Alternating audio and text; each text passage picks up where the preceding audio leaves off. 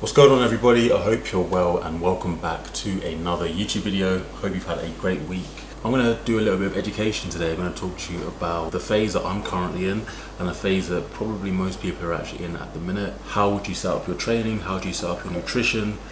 When do you kind of pull the plug on this phase? And also supplementation as well, guys. I've wrote a few notes. You might not be able to see them clearly, but I'm going to go over each one. I'm going to discuss things a little bit. And then go from there. So a muscle building phase, what do we mean by that? We just mean it's a phase where you're looking to just grow, you're looking to add on some size, and this really is going to be a phase that you want to spend most of really your training career in. You want to spend most of the time trying to build muscle, trying to improve on your current physique. You're not going to be able to do that when you're contest lean or getting ready for a holiday or a photo shoot. You're not really going to be adding a significant amount of tissue to your body when you're going through those processes. So this is what we do in order to add on some size. You kind of got to get used to it. You got to get used to the process of having a little bit more body fat.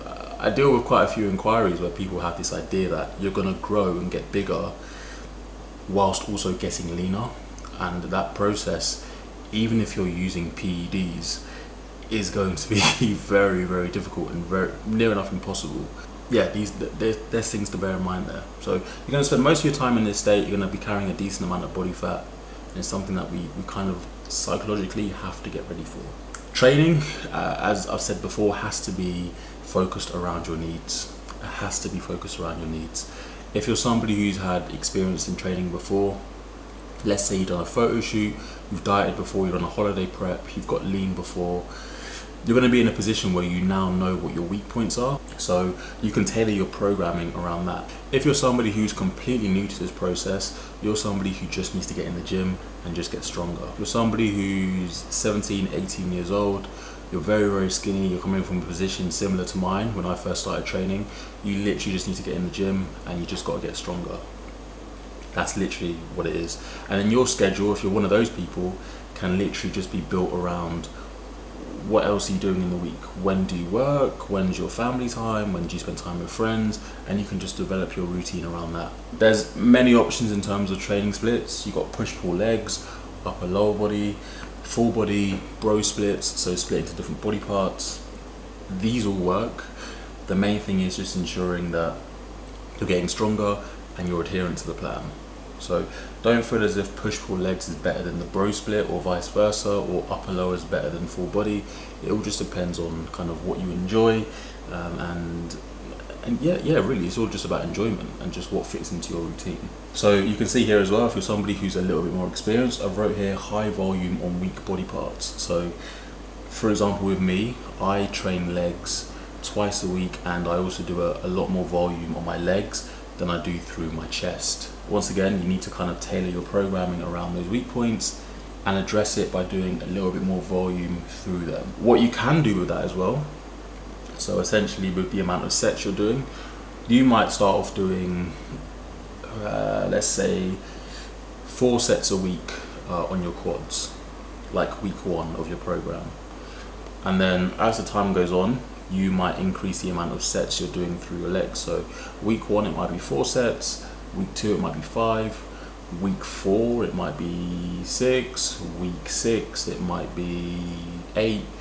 You're just escalating and increasing the amount of work you're putting through your quads, and then you'll probably reach a point where you need a break because you'll be fucked, you'll be ruined, the training will be hard, you're increasing the demands that you're expecting of your body over time. Like some people like to do it with increasing the amount of volume they're doing in their training, and then after week 6 they have a deload.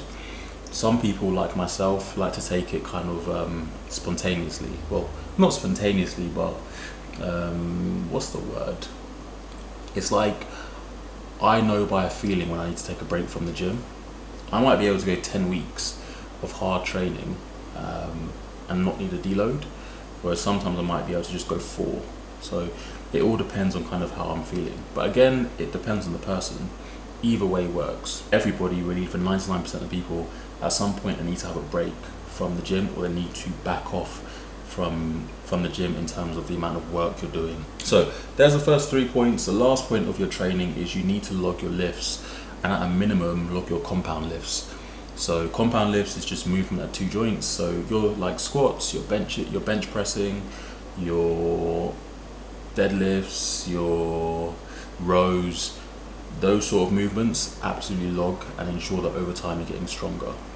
Because this whole phase doesn't work unless your priority is improving your performance in the gym. You got to get stronger, otherwise nothing's going to happen. You start off at a certain point, you have to aim to exceed that start point as much as you can with good form and with creating as much stress through the muscle as possible over time, otherwise you're just not going to build muscle. So log lifts at minimum, logging your compound lifts. That's your training. To kind of recap, has to fit your needs. So if you're experienced, look at your weak points. If you're inexperienced, look at your schedule. How often can you get in the gym? What routines work around your schedule? Push-pull legs, upper, lower, full body or bro splits. Put a little bit more volume through your weaker body parts. Increase that volume over time. So volume is just the amount of sets you're doing throughout the week. And then eventually you're going to need to back off to deload. And make sure you're logging your lifts at a minimum, your compound lifts over time. That right there is going to give you a solid foundation of training. Kind of another point to add is ensure that you've got exercises in there that fit your biomechanics. So me, someone who has very, very long femurs and not the strongest of cores, I'm not going to be very good at back squatting. I'm more proficient at a hack squat or a pendulum squat, something machine based for my quads rather than a back squat. Some people are really good at the back squat and they prefer it, and that's fine with them, and if that's a movement they get along with well and they can progress it well, then that's perfect for them. So pick movements that fit your biomechanics and what you enjoy the most, because you're going to want to stick to this training program and this plan for a very long period of time. Nutrition. So same as your training, your calories over time are also going to escalate, and that's going to be based off of your performance in the gym. So one good thing about body weight is there's a reason they have weight classes in powerlifting, for example, is because the heavier you are, likely the stronger you're going to be, and you're going to be able to move a bit more weight. Just having that weight behind you is going to give you a lot more stability. You just feel like you have a bit more a bit more cushion, a bit more protection, a bit more oomph when you're lifting.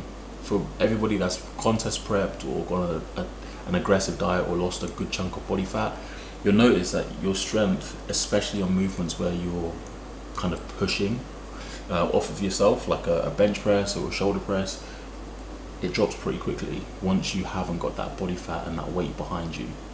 So that's one of the reasons we want to escalate calories. You're going to be able to move a bit more weight, you're going to be stronger, and also it's going to be a better environment for you to actually grow. How much do we escalate that by?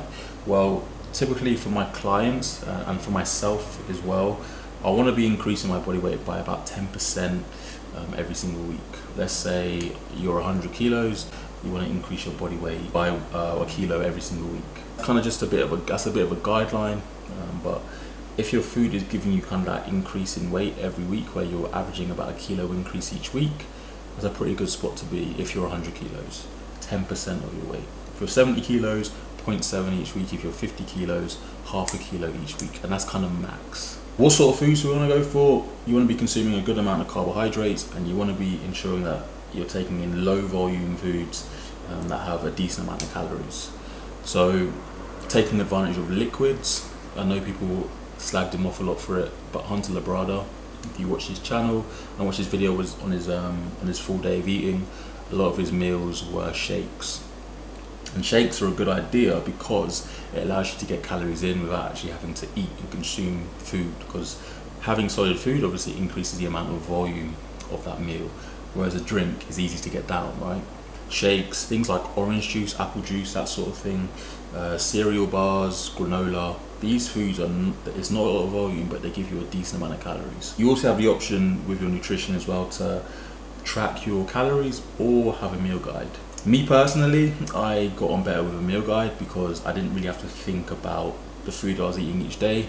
I feel like, and everyone's different, but I feel like with things like MyFitnessPal and tracking your calories, I feel like unless you kind of pre-plan it in the morning, like what you're going to eat for the day, or you do it the night before, it's really hard to kind of have something different every single day and still hit your macro goals, if that makes sense. I feel like the meal guide is just a fail safe. It's just really easy, it's really simple.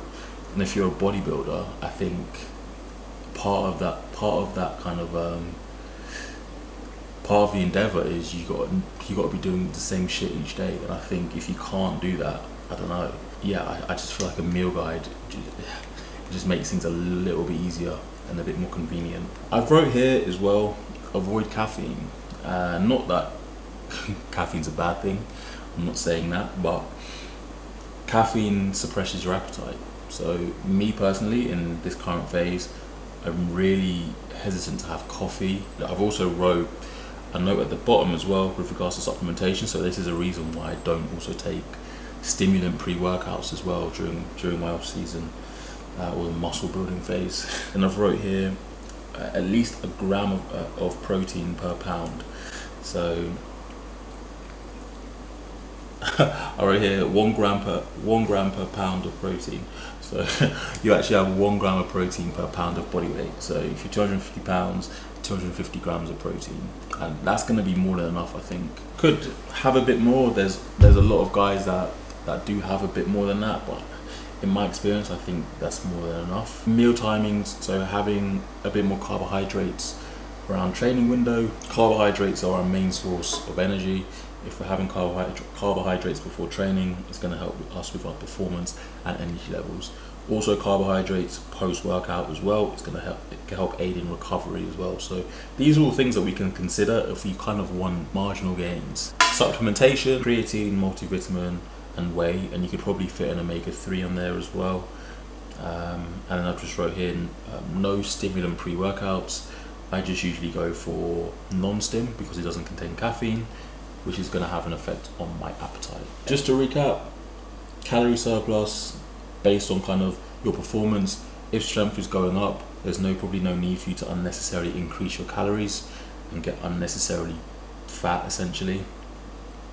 But over time, calories will escalate. Low volume foods, tracking on meal guide, avoiding caffeine due to the appetite suppressant effect, 1 gram of protein per pound of body weight, carbohydrates or most of your carbs around the training window, supplementation including creatine, omega-3s, multivitamin, whey protein, and being very mindful of stimulants like pre-workouts. So training and nutrition covered. How long does this process last? This process lasts a lot longer than a diet would. So a diet might last from 12 to 16 weeks. This process here is minimum 6 months, if not longer. You're going to spend most of your year in this phase. It's really important to ensure that we don't jump the gun too early with food. You don't allow body weight to accumulate too quickly, which means at that point it's going to be harder for you to put on muscle. It's going to compromise your training sessions, it's going to compromise your fitness, your cardio. It's not a good position to be in, and your appetite will be shot as well. So this process has to be meticulously done. You have to spend time in it, you have to take your time, but at least 6 months minimum. When do we stop? Well, first reason you would stop is because you're going into a contest prep, or you're going into a prep for a holiday or a photo shoot. So that's when you kind of change phases. Another reason you stop, for example, we cut back on a little bit of food just to help kind of regenerate your appetite. So let's say you've been doing this process for 5 months, appetite's a little bit running to the ground. You could spend a month, like 4 or 5 weeks, just backing off from food just to help regain your appetite again and then go again. Like I said, you want to spend most of the time actually in this process because this is where you're going to absolutely change your physique completely. Like when I finished my show, there was a lot of people that were like, oh, so you're just done now, like that's it. And not really, because if I just didn't take training seriously, I didn't take the nutritional side of things seriously, and this wasn't set up properly, I'm not going to improve on my physique. And I came second place last year. It could be better. You can always be better. So this is kind of the way that you need to set things up to ensure that you're doing everything you can to improve your physique. I hope you enjoyed the video.